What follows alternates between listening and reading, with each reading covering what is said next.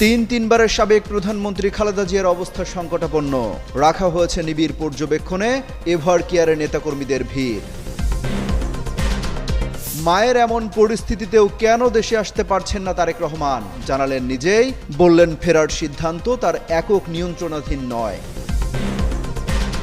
খালেদা জিয়াকে দেখতে হাসপাতালে ছুটে গেলেন হাসনাত আব্দুল্লাহ সহ এনসিপির শীর্ষ ৩ নেতা, চাইলেন দোয়া।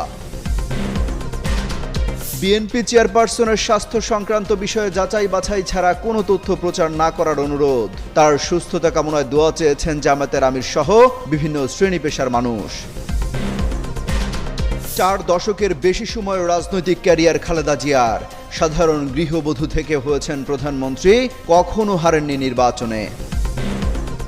গুরুতর অসুস্থ হয়ে রাজধানীর এভার কেয়ার হাসপাতালে ভর্তি বিএনপির চেয়ারপারসন খালেদা জিয়া রয়েছেন চিকিৎসকদের নিবিড় পর্যবেক্ষণে। খালেদা জিয়াকে দেখতে যাওয়া ব্যক্তিদের তিনি চিনতে পারছেন, তবে তার অবস্থা স্থিতিশীল নয়, এমনটাই জানান বিএনপি স্থায়ী কমিটির সদস্য মির্জা আব্বাস।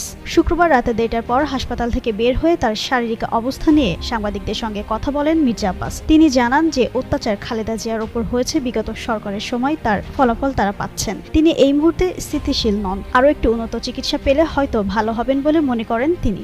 হাসপাতালের ভেতরের অভিজ্ঞতা তুলে ধরে বিএনপির এই নেতা বলেন, তারা দূরত্ব বজায় রেখে খালেদা জিয়ার সঙ্গে কথা বলার চেষ্টা করেছেন। তিনি চিনতে পেরেছেন, তারা সালাম দিলে খালেদা জিয়া জবাবও দিয়েছেন। সবশেষে মির্জা আব্বাস বলেন, তিনি পরিপূর্ণভাবে সুস্থ নন, হয়তো রিকভারি হতেও পারেন। 2008 সালে সেনা সমর্থিত তত্ত্বাবধায়ক সরকারের সময় বাংলাদেশ ছেড়ে যেতে বাধ্য হন বিএনপির বর্তমান ভারপ্রাপ্ত